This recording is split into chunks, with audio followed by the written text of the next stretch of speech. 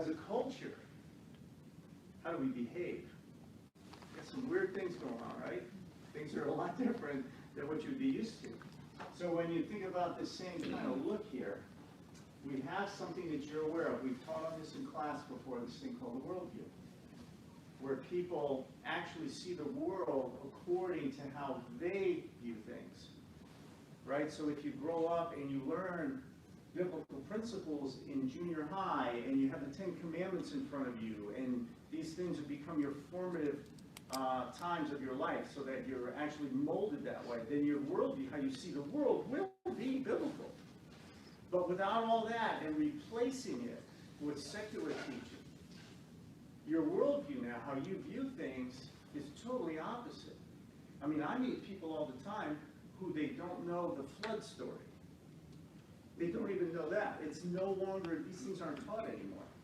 So when you think of a worldview, I've said this before, if you've ever noticed, how is it possible to get two people on the exact same subject have a completely different view? You can literally, I remember the days of Ferguson, I've said this before, you can literally have a person screaming at a police officer that they're evil and they want to kill everyone, and somebody right 10 feet away praising them for serving the public and saving lives. Right? So a worldview, it's not what you see with your eyes, it's what you see through your eyes. Okay? What you see with your eyes is your physical eyesight and how you distinguish things.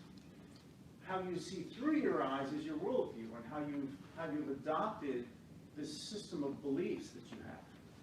And when you think about those, they're the things that are shaping our culture right now. Our culture is just a conglomeration of the arts and sciences, our education system altogether, collectively as a nation. And so more and more little bits are being taken away to move further and further away from biblical truth.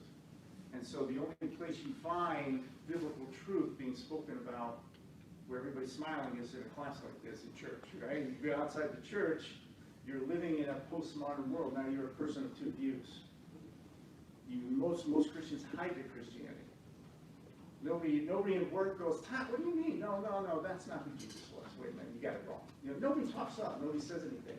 Because the secular view of our world has become so strong that we're actually afraid now.